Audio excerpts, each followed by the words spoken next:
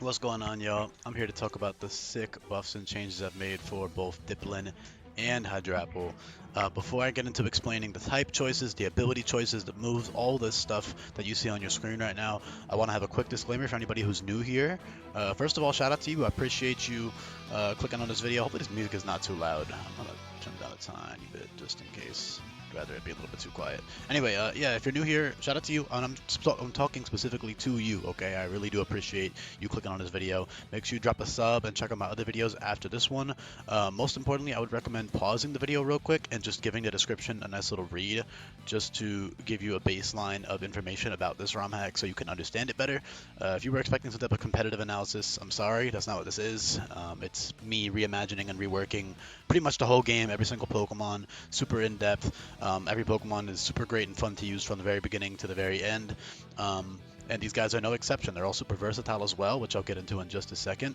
And I'll explain the type combo choice in just a second, but I mean, I feel like it's pretty obvious, I hope at least. And if you're curious about Applin and Flapple and Appleton, those will have their own videos that you can watch after this one. Or you can, of course, after you're done watching this video, check out the Google Sheet link down below. And there's also a move guide that's super important that has every single move category organized super thoroughly so you can see what all these new effects are and all the new categories of moves, and it'll help you memorize, not memorize even, just understand, I guess, things better.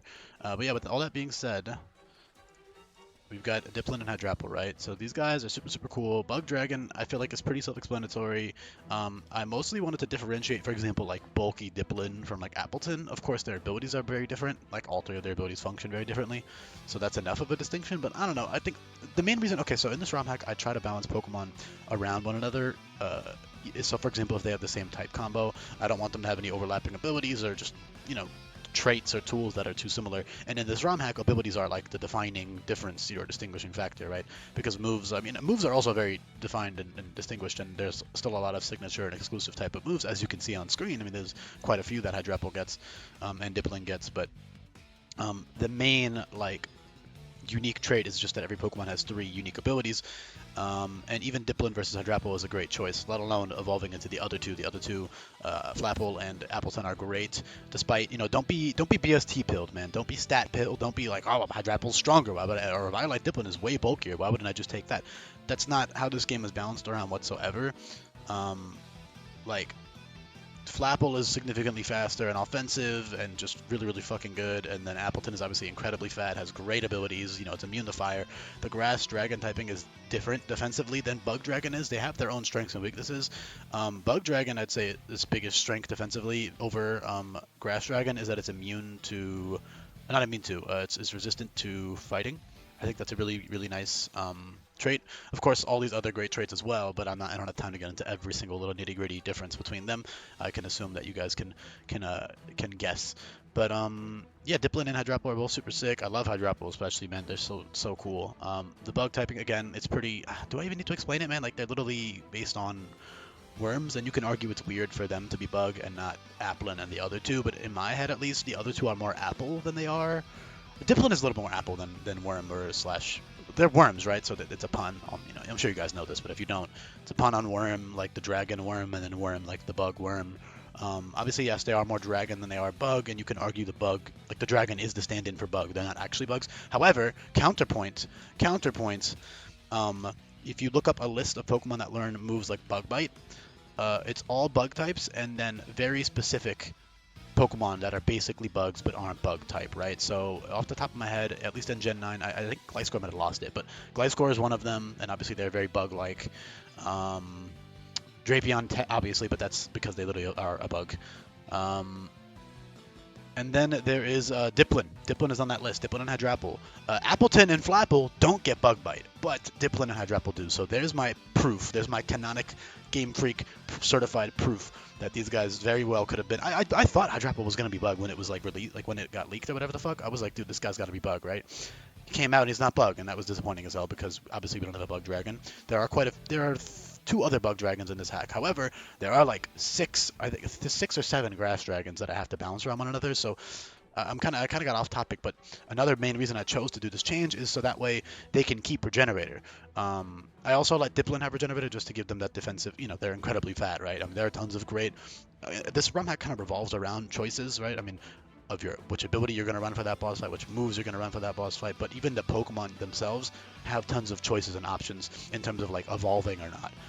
These guys are no exception. All the middle stage pseudos, for example, which obviously Hydrapple is now, are viable to be kept over their fully evolved counterparts because they have different traits. They have often they'll have different abilities, different stat distribution. Obviously, they'll be bulkier with the Violite and other unique traits, but mostly even just the abilities alone make them, you know, unique over Hydrapple. But the fact that this thing is so bulky, it also shares the same bulk as Applin in terms of raw defenses, but of course the HP goes up by 40 each time they evolve, which I like. I love little, like, I don't know, little autistic numbers like that. 40 goes up to 80, goes up to 120. I think that's super cool. And then the Hydrapple's even a bit of a mix attacker now, and it's got great ruthless physical moves, which I'll cover in a bit. I promise I'll get to it. But you guys can also, you know, you guys can read, you can see what these do and what moves are boosted already without me having to list them off. So hopefully you guys can, you know, use that to understand. But yeah, Dipplin is great. Super tanky, obviously. So Regenerator, you might argue, is kind of weird on them because the whole point of Hydrapple having Regenerator is that they're a Hydra, right? So you cut the head off and more grow back or whatever. In my head, I mean, Dipplin is made of the same exact creature inside. It's just less of them. I believe there's 2 in Dipplin, 1 here and 1 here, and then there's what, like 5 in Hydrapple, I believe, maybe 6 if you count the tail as a separate one. I know there's 5 heads, so maybe 6 of them at most in Hydrapple. So you can argue that's why they have Regenerator, and I agree on paper, but I just think it's cool to give them that defensive edge over Hydrapple. Of course, Hydrapple's still great defensively, right? I mean, it's very tanky. It's got great resistance as a Dragon Bug. And yeah, so the main reason they aren't Grass Dragon, outside of just the fact that I think Bug Dragon is way cooler on them and more unique, it's also because, for example, Tropius, that's another Grass Dragon I wanted to give Regenerator. Spoiler alert. And I couldn't, you know, and then as if I kept it Grass Flying, then there's another Grass Flying type that I wanted to give Regenerator, so you get the point. It's a lot of overlap and like juggling of ability slots and typing combos I have to do in this hack, so even if you don't love the flavor of Bug Dragon, hopefully you can understand why I chose it. And I'm sure tons of people will be like, hell yeah, this is awesome, because it's subjective, right? I'm not always going to please everybody, and ultimately this is self-indulgent. It's based on what I like, what I want, and of course I do make everything I like and want make sense. You know, I try to justify everything and have explanations for everything and stuff, but it's never going to please everybody.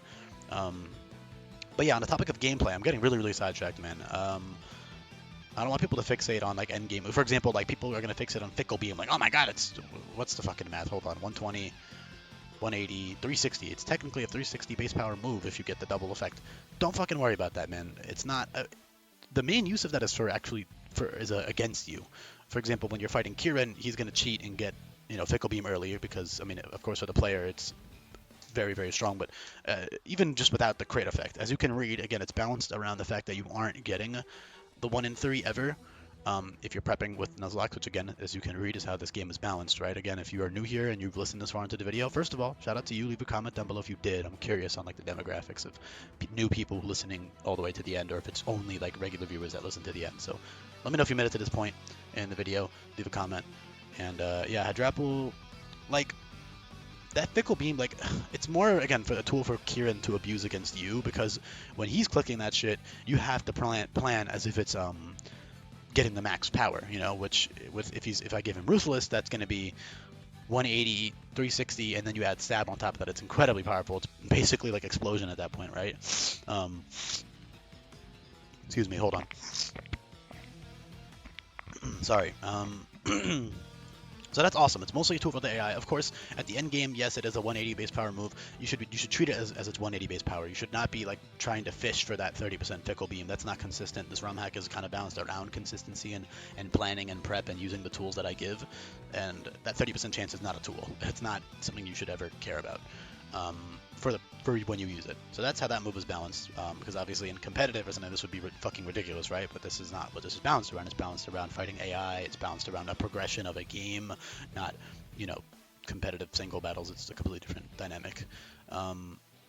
But yeah, Dipplin, super tanky, resilient. It helps, but, you know, I mean, it's got a decent amount of weaknesses, although I also don't like when people are weakness pilled. Not only do I not like when people are BST pilled, I also don't like when people are weakness pilled, especially in a ROM hack like this where no matter what the fucking stats are, the Pokemon's going to be good, right? Because that's just how I approach things. But yeah, Resilient is a nice ability to switch to once in a while. You can totally also cheese some like weakness policy Resilient crap, and then like hit them back with like a Siphon. Siphon is fucking great on both of these guys. It's essentially bug type Draining Kiss. It heals you by 100%, and then Leech Life is the same thing, but physical and even stronger actually. Siphon is 50, Leech Life is 60. Siphon might be 45 now. I think I changed it from Sweltering. Might be 45. Yeah, 45, which is still obviously incredible. It heals 100%. I might even put that shit back to 50, but it is pretty broken, so I don't know. It's fine. I do have a bias towards bug types, but you know, yeah. Yeah, and then GUI is obviously very nice when you need it. So essentially, what you can do is you can like GUI into U-turn. Oh, U-turn might be a weird choice. On paper, I agree. U-turn doesn't really fit them very well. However, number one, I really just wanted them to have a pivot move, and I don't see any of the other pivot moves on them at all. I don't see Baton Pass or Parting Shot or anything like that. And they are bug type, so let them rock. You know, obviously, yes, they don't actually fit U-turn. However, I mean, I don't know, they get fucking Gyro Ball. I guess you could envision them, like, spinning around. I don't fucking know, man. I don't think it's that deep. It is a bit odd, I agree. It's not, like, the most fitting move of all time for them, but I think it's fine in around that context. But yeah, Hydrapple, again, that Ruthless is super powerful for all the moves that you see that are bolded. You get Bug Bomber super, super early because Bug is, obviously, you know, it's Bug. I mean, it's great. But it's less spammable than something like Fickle Beam or whatever in terms of like raw type neutralities. Although again, it's not competitive where they are switching around, so you can it's still a very strong move. Not to mention it breaks sashes. You got tons of great utility, which I'll cover in a bit. But yeah, as for the GUI usability, also the flavor for GUI is pretty obvious. I would hope. I mean, it's literally the syrup apple. Oh, I should have addressed the super sweet syrup crap because I know somebody's gonna whine about that not being a thing anymore, and it's like, dude. I guess if you know nothing about this ROM hack, that's a fair criticism, but I'll literally just do you the favor of going to the fucking moves that are inaccurate in this game, and you'll see how ass Super Sweet Syrup is, man. Okay, you get a Dragon's Fury that misses, that doesn't miss. I don't even know if that's how that works at 80% with -1 evasion. I think it might not miss. Sure, but just click another fucking dragon move with like a boot. I don't know, man. It's so like your abilities are so much better than fucking this. It's not, and also it's not permanent, right? It's just one debuff. And then it's never triggering again, so it's literally one mon. Like, I don't know, it's ass, man. Sleep Powder I don't really see on them personally. Fucking what? Gunk Shot, Hydro Pump, who Power Whip? Who gives a shit, man? It's ass. It's not good. In competitive, it's even then it's not good because you're trading off Regenerator. And in competitive, you have to pick the best ability at all times. Meanwhile, in game, you get to switch your ability depending on the situation. So the argument's even less for competitive. It's just a bad ability, man. I'm sorry. I don't know what to tell you. It's cool. It's just not very good in a ROM hack like this when moves are not when moves are all pretty much accurate. That was the list of all the inaccurate moves in the game, man. That's every single one. It's like 23 or some shit. So yeah, not very many moves. But yeah, back on topic. Ruthless and Berserk fit Hydrapple very well, obviously given his whole nature of being like this angry Hydra dragon. Also, I give him like Temper Flare. It's a bit of a reach, but I think it's cool as fuck with Ruthless because again, it's a Wicked Blow type of variant. Keep in mind all of these Wicked Blow variants besides Fickle Beam. Fickle Beam is unique again because I want Kieran to abuse the shit out of it because he's going to be a prevalent boss fight. But outside of that, all of the other Wicked Blow variants, so Bug Bomber, which is Surging Strike, Special Bug, Mud Bomber, which also drops speed, which is really fucking cool for like bulkier sets, and then Temper Flare. Those three moves cannot be used twice in a row. So yes, they're very strong, but I mean, it's not. It's more of a nerf for like faster offensive Pokemon, like faster Pokemon or like Scarf abusers, because then you can't spam it. But in this case, it doesn't really matter that much because you're so tanky anyways. You can just click a heal move or just click a different move and it's fine.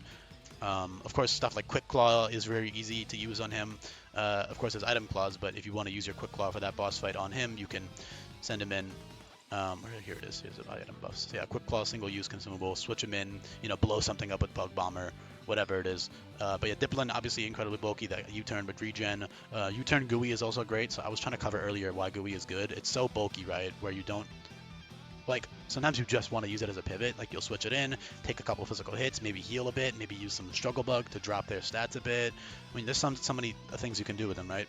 And then you can U-turn out when you're healthy and get some get some GUI debuffs on them, or get some regen healing as well. But depending on the situation, GUI. I mean, there's lots of experimenting you can do with GUI and Resilient, despite how good Regenerator is. There's definitely use cases where you don't need Regenerator, and you'd be better off using GUI to then support your team, right? Switch in something else. And outspeed. So that's great. Even stuff like Arcane Fangs might seem kind of weird, but Dipplin does have a little mouth under there. He pokes his little head up. He does have a mouth.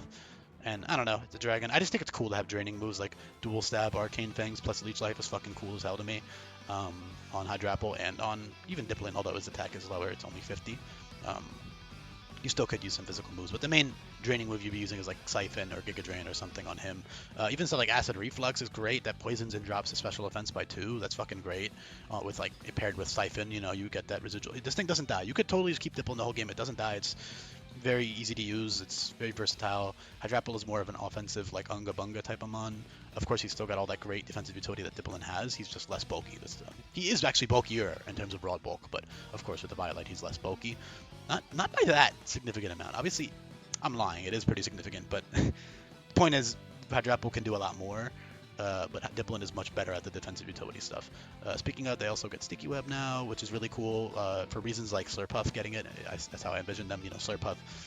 I know Slurpuff gets it more because it's like cotton candy, I think. So it's like, well, that's at least Swirlix is cotton candy. So it's like the web, you know, I guess you could consider it that. But I think it's still fine. You know, they got the syrup, they're sticky. I think it's cool for them to be able to use Sticky Web, and they're bug type now, so it's even cooler.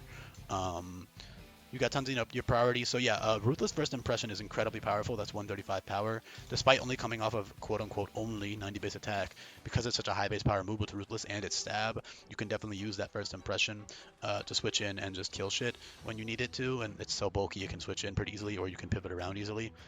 So First Impression, super great. I love the idea of mixed Hydrapple, same with Temper Flare, and a couple of other physical moves, like early Dragon Hammer, for example. I give them physical moves earlier, right? So you've got Dragon Hammer super early, which pairs really well with Regenerator, because you heal off the recoil from that. That's 120 power. It's Dragon type double edge. Draco Meteor is obviously great with Regenerator because it, you know, rewards you switching out. Draconic Beam is a recoil move, the same thing as Dragon Hammer, just special. So that's why you learn it, you know, 10 levels after Dragon Hammer. But it's very nice with Regenerator as well. You know, you can kill something, you know, 2 Chaos and whatever, and then switch out, heal off the recoil. Acid Armor is incredible. Makes you a bit of a crit magnet. I wouldn't run it personally unless I had to. That goes for any defense boosting move. They're very good, but it's just, you gotta, I guess, weigh the risks of a crit in a Nuzlocke, right? You gotta weigh the risks. So definitely not as incredible as it might sound, but it's still very, I mean, it's obviously it's level 60 for a reason. It's still +3 defense on something that's this bulky. It doesn't die. Again, you've got that Siphon. And as for Berserk, I've been kind of underselling Berserk. I want to talk about Berserk because Berserk is awesome not only because you can rack up boosts, so you can run like a full HP Fizdef or full HP Spadef Hydrapple set, and then run like Strength Sap, Siphon, and you just go crazy, man. Like, you got, you know, that constant healing from Siphon and Strength Sap, and you can just get like +6. And as long as whatever's in front of you isn't strong enough to like one-shot you, you can just heal all the health back with Siphon. Obviously, in practice, it's not going to be that exploitable, but it's still very good, and you can definitely solo at least a few Pokemon with that on a boss fight if you play it correctly, you EV correctly, you use the correct moves and stuff like that. So that's super fun to use as well. So I love that idea, you know, with the Berserk. And it's also, I just think it's really fitting. I don't know, I like it a lot. I think specifically with the heal moves, though, is where it shines. Even just like switching in, though, like for example, Draconic Beam and Draco Meteor are not Berserk, are not Ruthless boosted, right? So you can switch them in. You can switch them in and then click like Quick Claw, like switch him in, take over half, get the +1, and then click like +1 Draco Quick Claw and blow something up if you need to. Again, the role of him varies depending on the boss fight, depending on your other teammates, depending on your playstyle, depending on the pathing you take. It's so many different variables.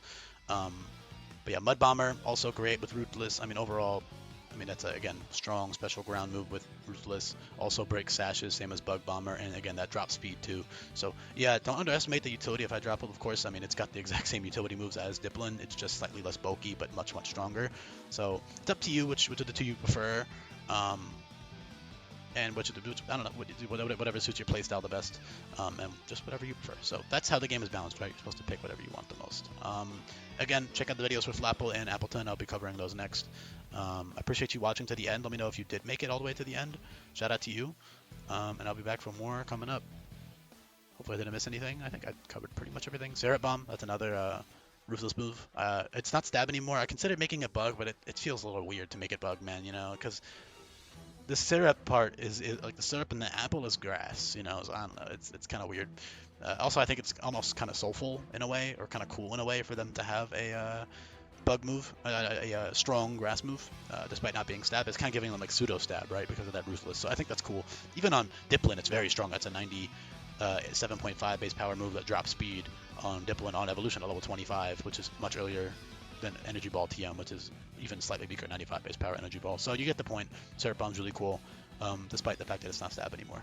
And then again, it's ruthless boosted. So yeah, there's a couple other things I could touch on, but I'll leave it up to you guys to figure all that extra stuff out, because there's a lot more cool things they can do. Of course, you've got Molt for earlier in the game for healing outside of Regenerator. You've got Creeping Strike, Mudshot. I mean, you got tons of other awesome tools that I haven't covered exactly. So yeah, Lunge, etc. Lash Out is also ruthless boosted, as you can read. So that's a nice little dark coverage once in a while for physical stuff. So yeah, thank you for listening. Again, leave a comment down below if you made it to the end. Peace.